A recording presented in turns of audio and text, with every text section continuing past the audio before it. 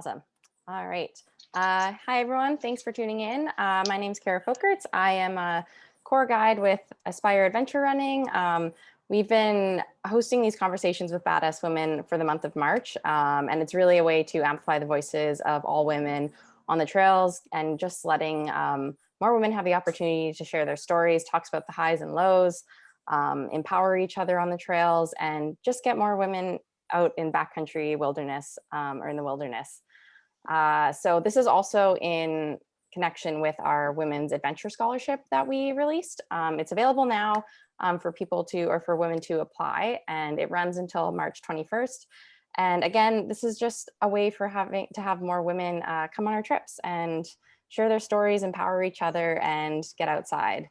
So I'm really excited about today's guest. We have Sabrina Pace-Humphreys. She is based out of the UK. She is an incredible athlete. She co-founded Black Trail Runners, which we're going to talk a lot more about. She ran the Marathon Des Sables, just no big deal, just going straight from that, pretty crazy. And she just did a recent 100-miler, and she's a mom of 4. So thank you so much, Sabrina, for joining us today. And yeah, we're really excited to have you.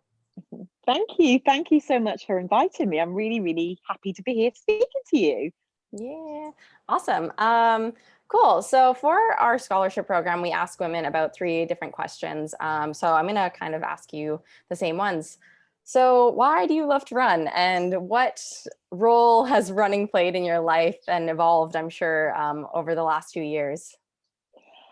I love to run. I took up running after the birth of my 4th child, and I was diagnosed with post-natal depression. And I was told by the doctor, you should try and do something for yourself, something that takes you outdoors. Why not try running? And so it was for mental health reasons that I first experienced running. And 11 years later, it's very much for mental health reasons that I continue to run.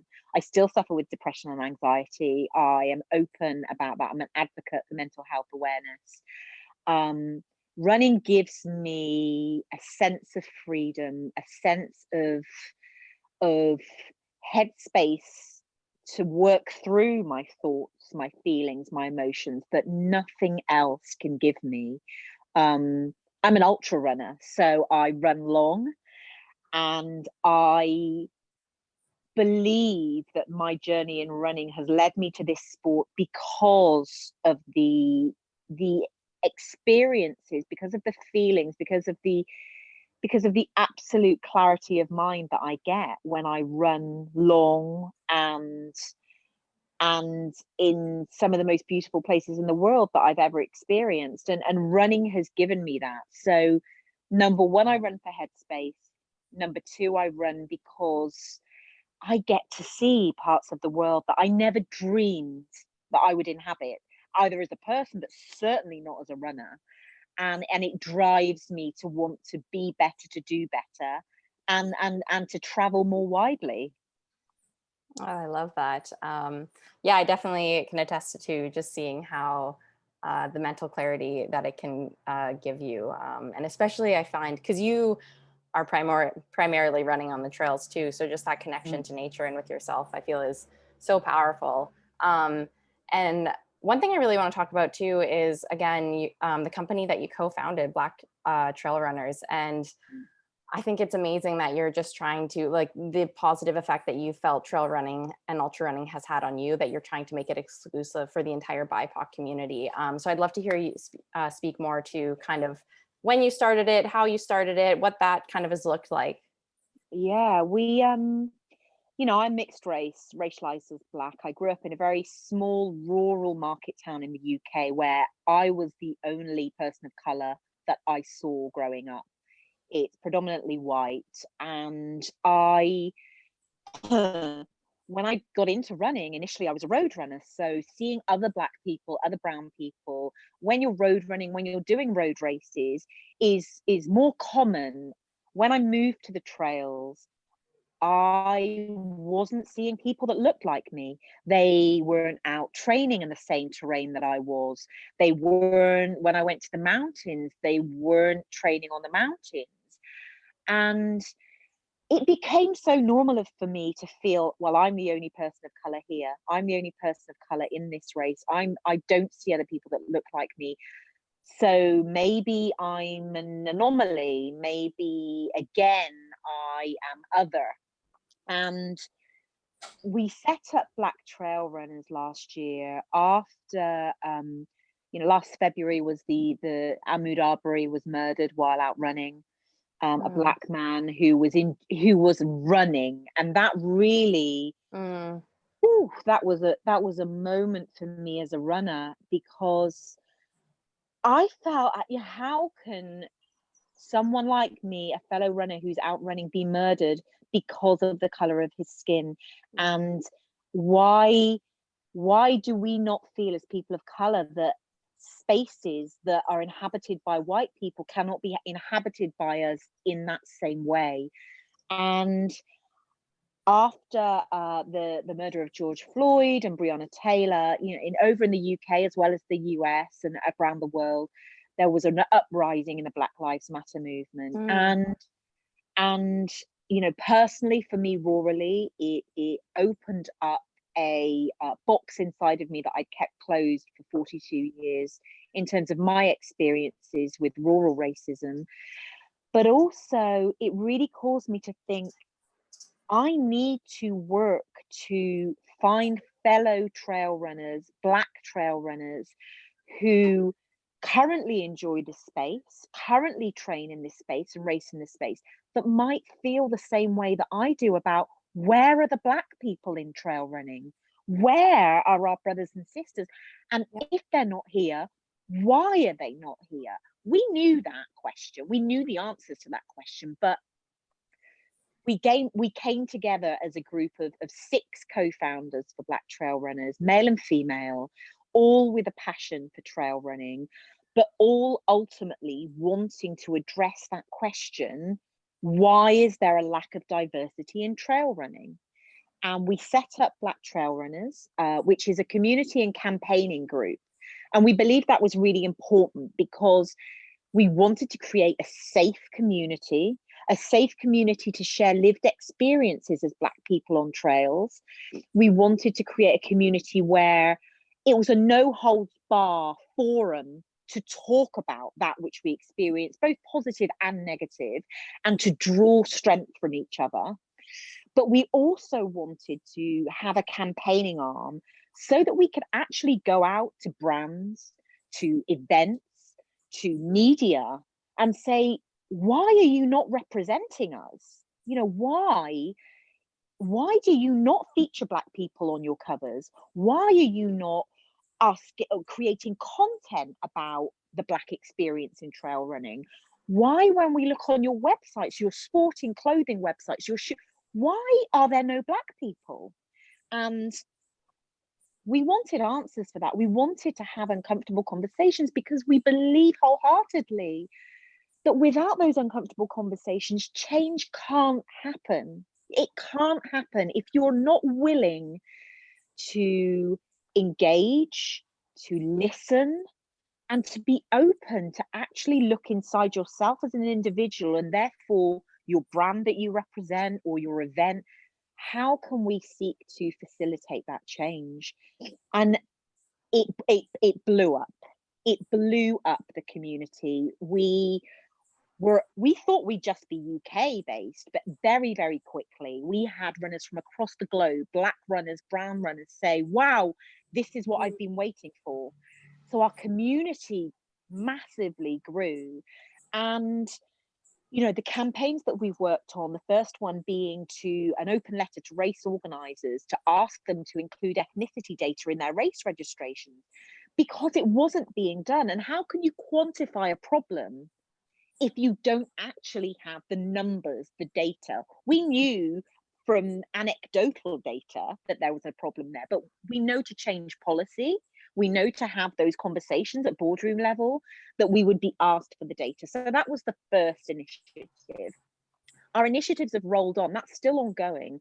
But also what we've moved on to now is to try and get 21, that's nothing compared to some trail races have 400 to 500 people. but trying to get 21 Black trail runners at an event in 2021. We call it 21 in 21. Last year, the first event that Black trail runners were present at was the most attended event by Black people in trail running in the UK, and there were only 7 of us there. And so that's telling you yeah, that you know the how small steps can start to implement that change. And you know, it's been a journey, and it is really hard work. And as a Black woman, it's you're reliving that trauma constantly. You know, we're being asked constantly to evidence why we believe there is a lack of diversity, to show the evidence, to bleed almost for people in order for them to believe that there really is a problem. And we have 3 tenets as Black trail runners that we address. Our mission is to diversify trail running, and the 3 areas that we absolutely fundamentally believe we need to work on to do that is access, skills, and representation. You know, you can't be who you can't see. So hence the reason me being here talking to you tonight and being quite vocal in terms of the work that we do is so that someone at home who's sitting there who is a Black or a Black brown trail runner and is thinking, where are the people that look like me? They might latch on to something that we do and suddenly see that we're here, we're doing it. Come and join the community and help us to amplify about the lack of diversity, and therefore encourage more Black and brown people to the trails. That's incredible. Thank you so much for sharing that. And that's exactly why I was so excited to have you on today, because I feel like this is a really good way for us to share your platform with our community. Because myself, Abe, the founder of Aspire, and a few of our other core guides have been getting together, and we recognize that as well, and needing to have those uncomfortable conversations. And I think, like you said, it exactly is like, okay, I need to just listen and know that I may get it wrong and like stumble along the way, but being just open to that. And I think, like you said too, there's so many Black people in the road running community. You see some of the fastest marathon runners in the world, but the trails is a different place. And even something having the freedom or privilege to just drive to a local trailhead and go out on the trails alone and feel okay. That is a big barrier, and that's massive. Yeah. So that's why I just think the work that you guys are doing is incredible. And we want to continue amplifying your voices and what you guys are doing, because it's work that we all need to be doing. And it's incredible. And I'm so happy to hear that it's been blowing up to the extent that it has, because it needs to. It has to, you know, and what you said there is, I think it's a really important part of the learning that I think white allies or supporters of Black trail runners appreciate. And it is that don't be afraid to get it wrong.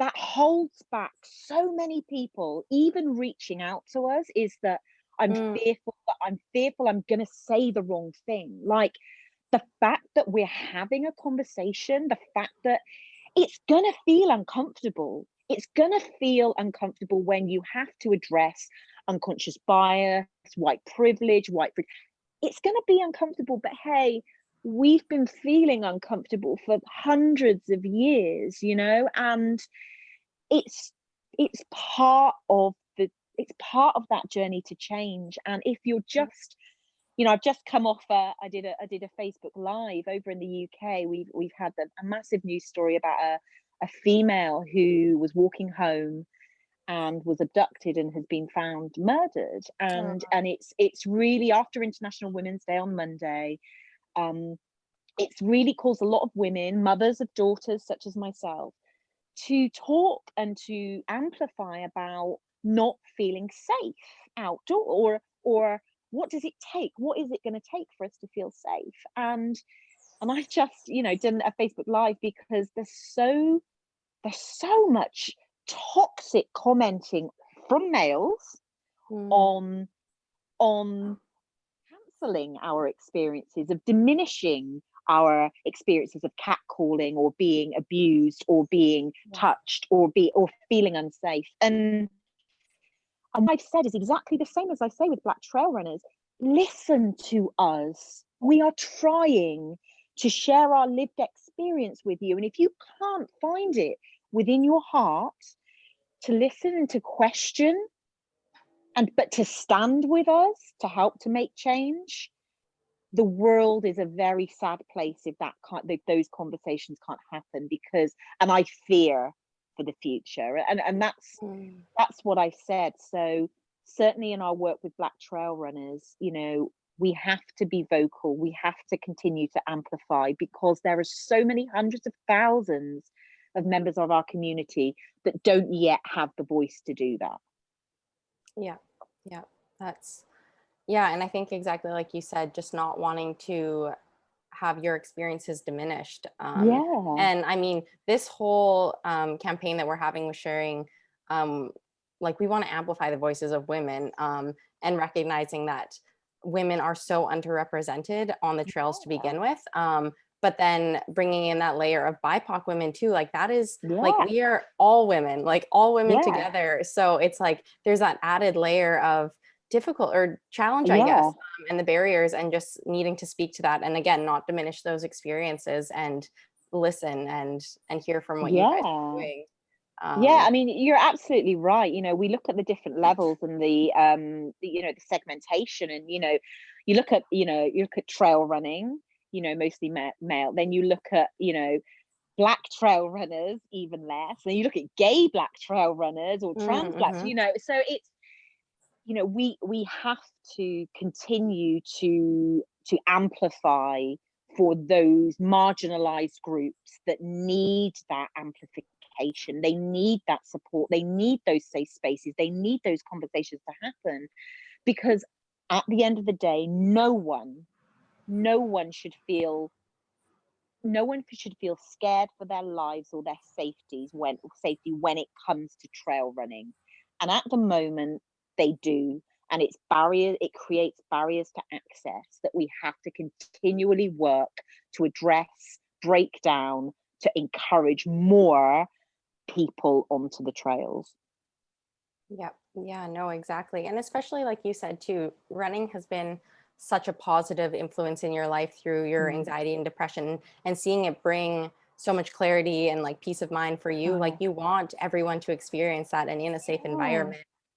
That's all I want. That's all I want. I say to my husband, or say to friends when they, when I've had a particularly difficult day, maybe I've been dealing with some trolls online, or I've received, email, and they say, well, like, why do you continue to do this? Why do you continue to put yourself out there to receive this type of thing? And what I say is, I believe that my journey in life and my journey in running has led me here. Like, I was searching for so many years for my purpose, and I was trying to find it in all sorts of things, and trying to find release and clarity of mind in all sorts of things. I used to drink alcohol. I'm sober now. I ran a PR business for 16 years. I finished, I closed it last year because I was constantly striving for something. And what I found in opening up that Pandora's box inside me and talking about the rural racism that I'd encountered, and the lack of diversity on the trails, is finally I feel my life's purpose is to do this. So therefore, part of that journey is to deal with that stuff. But I have tools in my toolbox through suffering with depression and anxiety that help me to navigate that. And that is, a fantastic support structure. That is my running to lose myself on the trails, or in a long run, or in a crazy challenge like I did last weekend. And I do it for that person that's at home and is sitting and wants to go out, but doesn't feel that they can. It's whether they're suffering with depression and anxiety, or whether they're a Black trail runner, or whether they're a mum of 4, or whoever they are.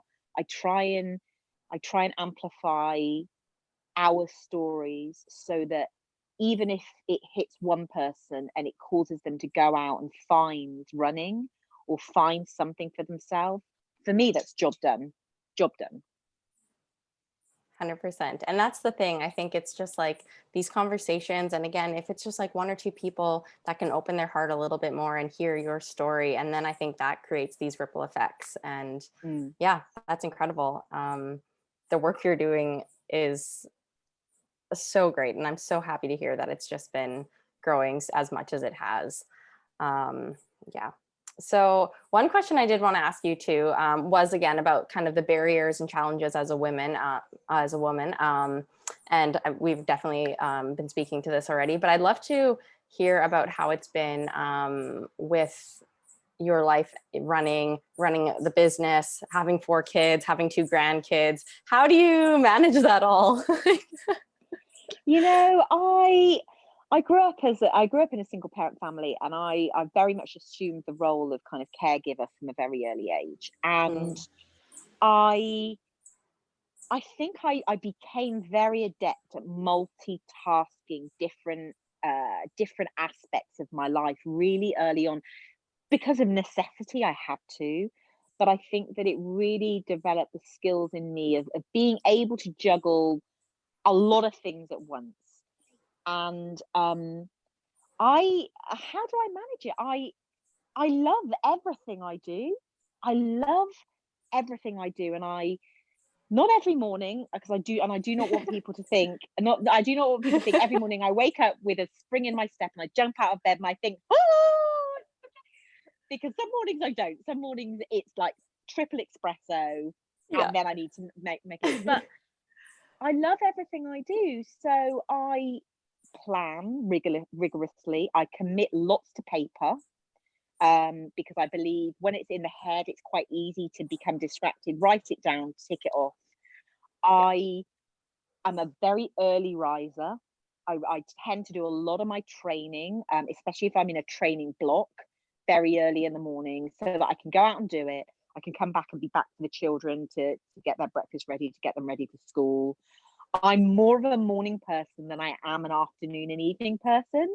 So you're getting the last dregs of my energy right now. Well, we appreciate it. But I think because I know that about myself, I ensure that I get through as much of the important stuff as I can earlier in the day, while my energy is high, while my mind is firing, and then leave that stuff that kind of doesn't need so much of that, that kind of spark, to later on. So I think at 43, I think that I just know myself well enough to know how to get results and what aspects of the day I'm going to get the better results that I need. And when it comes to training for races, I'm at my best in the morning. Yeah. Oh, that's awesome. I'm very similar in morning person, need to write it down, all that. So I think that's, when you have so much to juggle, it's 100% necessary. Yeah. So I wanted to ask you too, what your proudest running accomplishment has been. I know you went right into Marathon Des Sables, and you just finished a 100-miler recently, and I'm sure you have other things along the way. And I'd love to hear, one of the highest moments you've had, I guess. We've talked about the Marathon Des Sables, but it was such a massive thing for this woman. I got sober in early 2015, and I knew that I would be 40 in 2018, and I wanted something to do that was life affirming. I have no idea I was going to run an ultramarathon in the Sahara Desert, and everything about running in the heat scared me. I'd never run in sand. I'd never run in the heat. I'd never run an ultramarathon. I'd never done any of that. I hate snakes. So you just chose basically the hardest race that you could have in that case. You know what it was is I was watching the Discovery Channel, and this documentary was on, and it was called The Toughest Foot Race on Earth. And I was watching it. It was a British Olympian that had taken on the Marathon Des Sables. And I was watching it, and I was saying to my husband, why would anyone do this? Like, it looked horrendous. Their feet looked like they were falling off. They were having to carry all that. I was like, why would anyone do this? But you know what? In the back of my head was the question, I wonder if I can do this. I wonder if this is the thing. And then literally 3 months later, on registration day for the 2018 edition, I was poised at my keyboard. I was like, this is what I need. So by far and away, my proudest achievement, and the memory that stays with me is crossing that finish line on day 6 of the Marathon Des Sables. 250 kilometers in the Sahara desert, high 40s, early 50s temperature, 6 days of grueling running. And I came over the finish line as like, 8th UK woman. And you have to understand, I was not sporty growing up. I had never done anything like this. And I was a wreck. I was crying, and there was snot, it was not pretty. It was not pretty, but there is the photo actually of me when I crossed the line, and Patrick Bauer, who is the founder of the Marathon Des Sables, he created it. He's French, and he cuddled me, and he was kind of, saying these things in my ears. And they used that photo because I'm in tears, but they used that photo on their homepage. And it is by far and away the thing that to date I am most proud of myself for doing, because there were times during that race I didn't know if I could finish. Wow. Yeah, that's incredible. That's so inspiring. And I'm so glad that we're able to hear this story from you too, because I think that's exactly it, is trying to show women that like this stuff is possible. Because I feel like we get in our heads so often that like, I can't do this. This is impossible. I'll never do that. But even you saying like you saw it on TV and you're like, never in a million years. And then to getting to that finish line and just the empowerment and the strength like within you, I think that's incredible. It's so incredible. Any woman watching this who has that, I call it the devil on my shoulder. So when I'm feeling anxious or when I'm feeling low, the devil on my shoulder will whisper in my ear, you can't do that. You can't do that.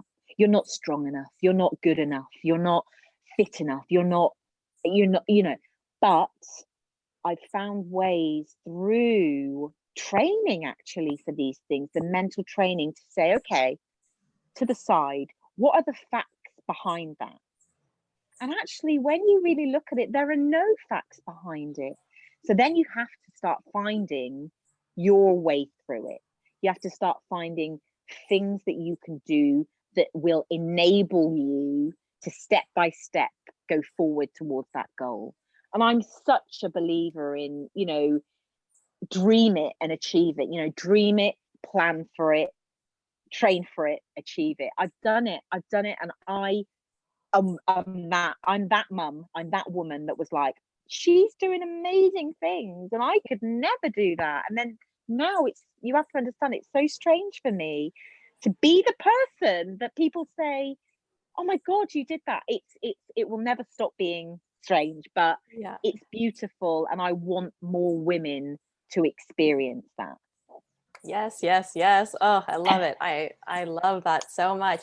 And one thing too that I thought was really cool when I was doing some digging on you, I saw that you had Elizabeth, she has won the marathon twice, right? And she was kind of mentoring and supporting you. And that's one thing too, I think, having support and mentorship as a runner, especially for these longer endurance and like out in the backcountry, it's such an important part. But having a woman who is badass and encouraging you along the way and showing you what's possible, I think is so powerful too. And now you're obviously a voice for that. And it's so cool to hear that through your experience and getting to the marathon that you had that. So how was that for you? Oh, as soon as I pressed that button to register, I knew I wanted to be trained by a woman, and I wanted to be trained, because of the person that I am, by someone who had been in there, done that, got the t-shirt. And when I found out that Elizabeth Barnes was a coach, I was like, I want to be trained by Elizabeth Barnes. And I contacted her. She had space. I paid. I trained for 18 months beforehand, various training cycles. she understood, as I'm a coach, you know, I'm a run coach, I'm a personal trainer. She understood that running was really important to me, but it had to fit in with my life as a businesswoman and as a mother. I couldn't not do stuff with my kids. So running had to fit my life rather than my life fitting running. And she really understood that, as I do with the athletes that I coach. So therefore, everything was totally bespoke. Everything was, we tried to recreate the terrain of the Sahara Desert without being in the Sahara Desert, which is really bizarre. Just get some But sand, some heat, figure that out. sand, yeah. Some snakes. I did a lot of heat training in a local university who had a heat chamber. I went to Lanzarote, which from a terrain point of view was very, very similar to the terrain in the Sahara, which I didn't know until I went there. But absolutely, as you say, I believe that in order to achieve your dreams, you have to surround yourself, and I call it kind of your kind of power tribe, and it's 5 people. And I think this is really important for any women or anyone watching this. And I believe they have to consist of someone that knows you inside out, someone that's known you for a very long time, and therefore may have seen you at your lowest, may have seen you at your highest. It's someone who has been there, done that, got the t-shirt, like Elizabeth Barnes. It's someone in your life who will not take any BS. You know, so if you say, oh, I just don't want to do it today, they'll be the ones that'll say, well, why? Is it because you're tired? If so, get some sleep and go out and do it late. You know, somebody that's, you know, no BS. A community of people who are doing the same thing that you want to do. Surround yourself with them. And I can't remember the 5th, but I will remember it by the time this is. But it's a power tribe of people who can help you on your way to achieving that goal. Oh, I remember the 5th, a cheerleader, someone who is the person that is like, you say, oh my God, I've got to go out and do a such and such run, and they're like, woohoo, or they're sending you texts along the way, or they are your cheerleaders. And I think if you have that power tribe of 5, you can achieve anything. Unstoppable. Yeah. Got to write some notes on that. I'm glad this is a recording. That's fantastic. Yeah. Oh, that's so good. I also wanted to ask you if you have any running goals for 2020, whether it be personal running goals, whether it's running with Black Trail Runners, with that company, and kind of what your goals are moving forward in this year. So I'm just about to embark on my next big training cycle. So in 2019, I experienced, I don't know if you've ever heard of it, it's a massive mountain trail running festival called the Ultra Trail de Mont Blanc, UTMB. Takes place in Chamonix every year at the end of August. And in 2019, I managed to get a place for the Tour de Savoy, which is TDS. I had to pull out because I was hitting the cutoffs with no time to reset. It was not fun, etc., etc. But I promised myself, and I promised my husband, that I would be back there one day. So this year I'm training to do a race in the Pyrenees in July called Val d'Aran by UTMB. And I'm doing the CDH, which is 101k in the Pyrenees. And if I complete that, which I will, I get guaranteed entry to a UTMB race next year. Wow. So it's a long-term plan, but I'd never been to the Alps before. I'd never been to that area, and it's one of the most beautiful areas I've ever been in my life. And I took my husband and children with me, and they loved it. And I just want to be back there, and I want to go under that UTMB finish line as a finisher. So Val d'Aran by UTMB in July is my big race. Wow. With Black Trail Runners. There is a UK round, a 58-mile mountain round called the Charlie Ramsey round, and Charlie Ramsey was a black man, and I only found out that Charlie Ramsey was a black man last year.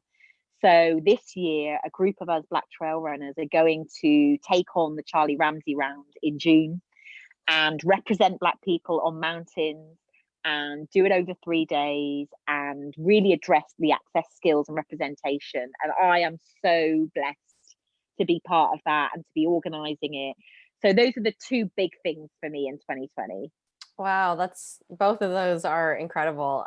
Working towards such a big goal that, yeah, like you said, like you are going to do it, and just having that confidence, and then continuing the work with the Black trail running community too. Like it's incredible work. So that's awesome. I'm so glad to hear that. So yeah, I guess to just wrap this all up and everything, being cognizant of time, I want to thank you so much for joining us. This has been such a fun conversation, and to just hear the work that you've been doing with your community. And again, like I said, using this as an opportunity to share your work with our community, and continuing to create those waves of change. And yeah, so I just want to thank you for taking the time. And I do want to just invite all the women now who have been watching this to apply for our Women's Adventure Scholarship. So we release this once a year, and you can apply now until March 21st. And we ask you 3 different questions, and then we choose 9 finalists. And through that, you can write a running essay for us based on a question that we'll send you. And then that means you get to come to one of our 3 trips. So we have our stage trips of any one of your choice, our rendezvous style trips, or our backcountry wilderness trip. They're all awesome, and they're all just a way that we want to get more women on the trails. And creating these opportunities for people like yourself to speak up and empower each other and just feel the trail magic. So yeah, we'd love you guys to apply today. And again, Sabrina, I want to thank you so much. This has been such a fun conversation to have. And I wish you all the best in your endeavors with training and also with the work that you're doing with Black Trail Runners. So thank you so much for joining us today. Thank you so much for having me. I've really appreciated this chat. Awesome.